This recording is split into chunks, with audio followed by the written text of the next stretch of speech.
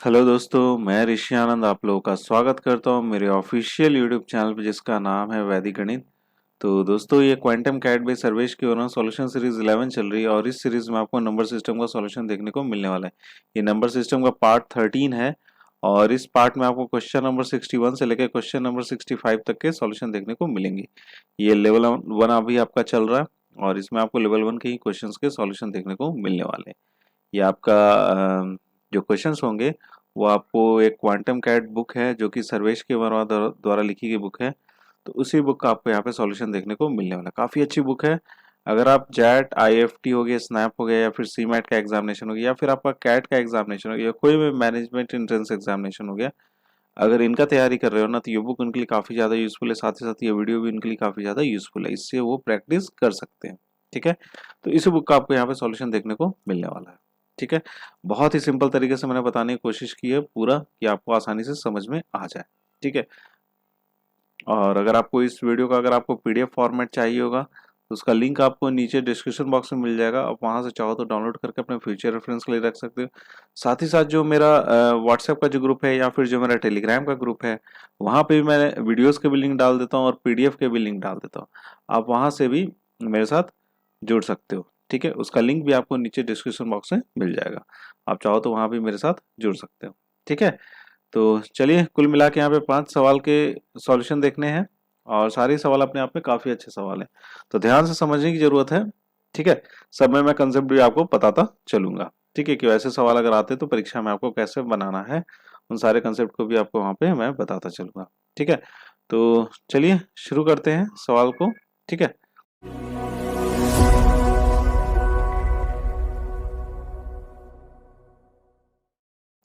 हाँ तो दोस्तों, पहला सवाल आपकी स्क्रीन पर है और ये सवाल में क्या बोला है, if a is equal to 0.18181818 and so on, ये चलता जा रहा है, and b is equal to 0.303030 और ये ऐसे करके ये भी क्या आपका बढ़ता जा रहा है, then a plus b is.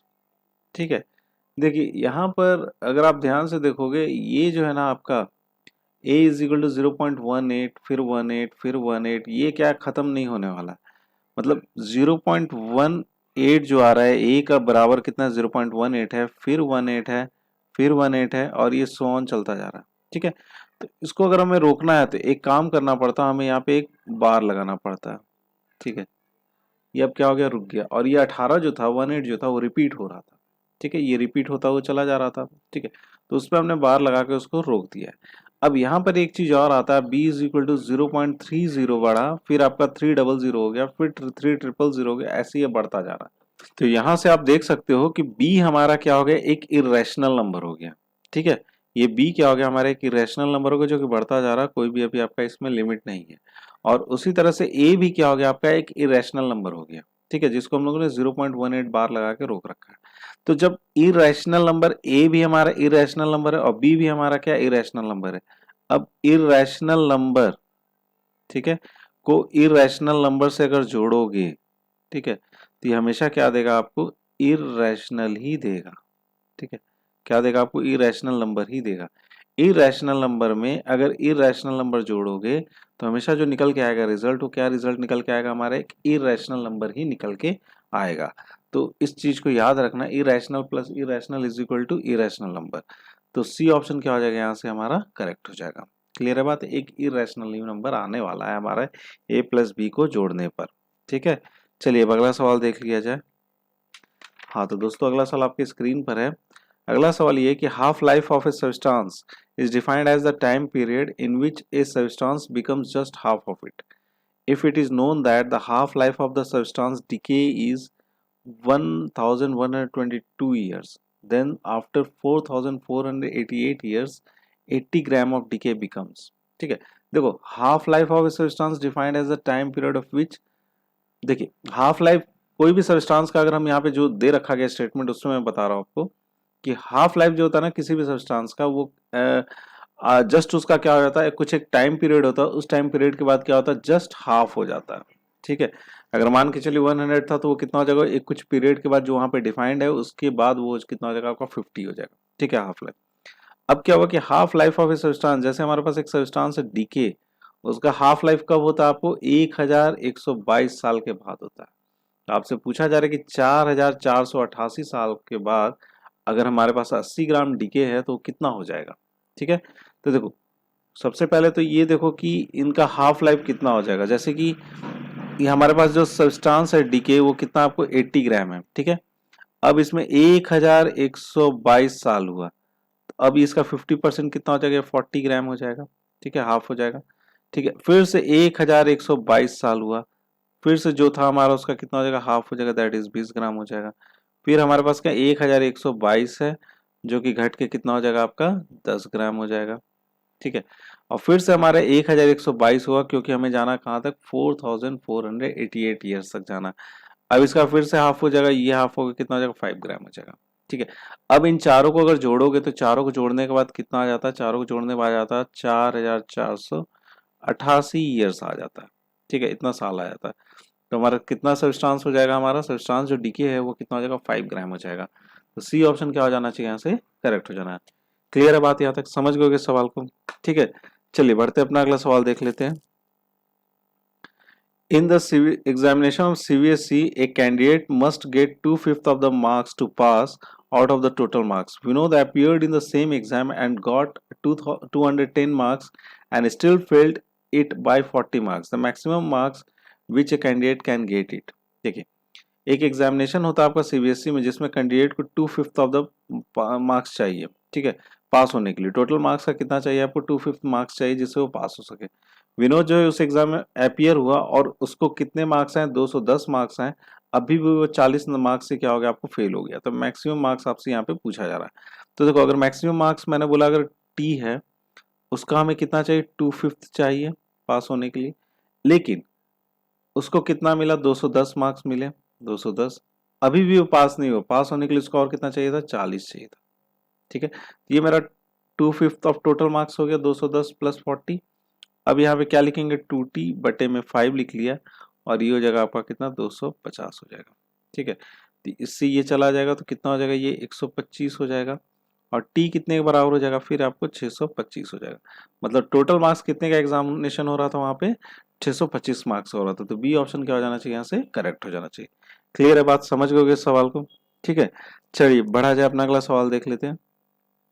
हाँ तो दोस्तों अगला सवाल आपकी स्क्रीन पर है। अगला सवाल ये है कि Sunny gets 3.5 times as many as marks in QA quantity aptitude हो गया obviously as he gets a in English if his total combined marks in both the papers is 90 his marks in QA is। देखिए सनी के जो है ना quantity analysis में या aptitude बोलो क्वांटिटी एप्टीट्यूड में इंग्लिश से 3.5 टाइम्स ज़्यादा मार्क्स मिले और दोनों को मिलाने पे उसके मार्क्स कितने हो रहे हैं 90 हो रहे हैं 90 हो रहे हैं। तो उसको क्वांटिटी एप्टीट्यूड में कितने मार्क्स मिले थे, देखो क्वांटिटी एप्टीट्यूड है और यहाँ पर क्या आपको इंग्लिश है।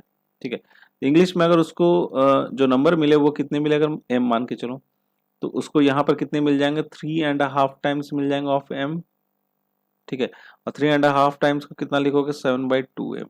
ठीक है, और ये कितना हो जाएगा m हो जाएगा। अब इन दोनों को जोड़ने पर कितना हो जाता है, इन दोनों को जोड़ने पर आ जाएगा आपका 90 मार्क्स। कितना आ जाते हैं 90 मार्क्स का। चलिए इसको जोड़ देते हैं, 9m हो गया बटे में 2 है इज इक्वल टू कितना हो गया 90 हो गया, m इज इक्वल टू कितना हो गया आपका 20 हो गया।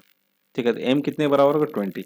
लेकिन आपसे पूछा गया क्वांटिटेटिव एनालिसिस में उसको कितने मार्क्स मिले, तो क्यू ए में उसको जो मिले हैं क्यू ए में मिले आपको 7/2 ऑफ m मिला है। तो 7/2 ऑफ m कितना हो जाएगा, m आपका 20 है, यहाँ से आ जाएगा आपका 70 मार्क्स। मतलब क्वांटिटेटिव एप्टीट्यूड में उसको कितने मार्क्स मिले 70 मार्क्स मिले, दैट इज सी। सी क्या हो जाएगा यहाँ से सही जवाब हो जाएगा। क्लियर है, समझ गए इस सवाल को। चलिए बढ़ा जाए अपना अगला सवाल देख लेते हैं। हाँ तो दोस्तों अगला सवाल आपकी स्क्रीन पर है और ये इस वीडियो का अंतिम सवाल है। इसमें क्या है कि I know a 2 digit number but when its digit swap their places we get another 2 digit number but when these 2 digit numbers are added it amounts to 99. Further, if I just consider the difference between these numbers, it comes out to be 45. What is the number which I know? देखिए यहाँ पर क्या बोला, एक 2 digit का number हम लोग जानते हैं जिसके डिजिट्स को अगर आप स्वैप करोगे ना और तो वो एक अनदर 2 डिजिट नंबर बन जाता है। ठीक है, जब उन दोनों को हम जोड़ते हैं तो वो आपको 99 निकल के आता है। जब हम उन दोनों का डिफरेंस लेते हैं तो 45 निकल के आ जाता है। तो वो नंबर क्या है हमें यहाँ पे बताना। तो देखो जो नंबर हम लोग के जो जानते हैं वो नंबर आपको हो जाएगा 10x प्लस वाई हो जाएगा। और जब इसको रिवर्स करेंगे मतलब एन आर रिवर्स करके बोलते हैं, एन आर इसको हो जाएगा आपका 10y प्लस क्या हो जाएगा आपको x। ठीक है, रिवर्स करके हमने उस नंबर को लिख लिया। ठीक है, अब क्या बोला जाए कि जब हम दोनों को जोड़ते हैं, जब हम दोनों को जोड़ते हैं तो जोड़ने पे आ जाता है आपका कितना आ जाता है, जोड़ने पे आ जाएगा आपको 99 के बराबर हो जाता है। ठीक है, तो ये 99 के बराबर ये हो गया आपका पहला इक्वेशन। ठीक है, पहले इक्वेशन को अगर और इसको सिंप्लीफाई कर लें तो इसको बोल सकते हैं 11x plus 11y is equal to 99 और x प्लस वाई हो जाएगा आपका कितना 9 हो जाएगा। ये हो गया आपका फर्स्ट इक्वेशन, ये फर्स्ट नहीं ये फर्स्ट इक्वेशन हो गया। ठीक है, अब क्या बोला, जब हम इन दोनों का डिफरेंस लेते हैं मतलब 10x plus y minus 10y minus x is equal to कितना आ जाता है आपका 45 आ जाता है। जब इन दोनों का डिफरेंस लेंगे तो 9x माइनस वाई हो जाएगा और ये हो जाएगा आपको 45। तो x माइनस वाई आ जाएगा कितना, यहाँ से 5 आ जाएगा। ये हो गया आपका सेकंड इक्वेशन। अब एक काम करेंगे, दोनों इक्वेशन को हम लोग जोड़ देते हैं, फर्स्ट प्लस सेकंड कर लेते हैं। फर्स्ट प्लस सेकंड करोगे तो 2x इज इक्वल टू हो जाएगा आपका 14 और x इज इक्वल टू 7 और यहाँ से आपका y भी निकल जाएगा, y इज इक्वल टू हो जाएगा 2। ठीक है, तो जो हमारा नंबर है n हमारा एक नंबर है जो कि कितना आ जाएगा आपका यहाँ से 72। ये वो नंबर जो हम लोग जानते थे वो कितना आपको 72 है। सी ऑप्शन हो जाएगा यहाँ से करेक्ट।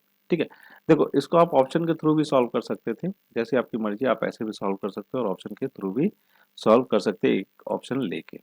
ठीक है, तो दोस्तों ये इस वीडियो का अंतिम सवाल था और मैं आशा करता हूँ कि इस वीडियो में आपको जितने सवाल बताए ना सारे ही समझ में आ गए।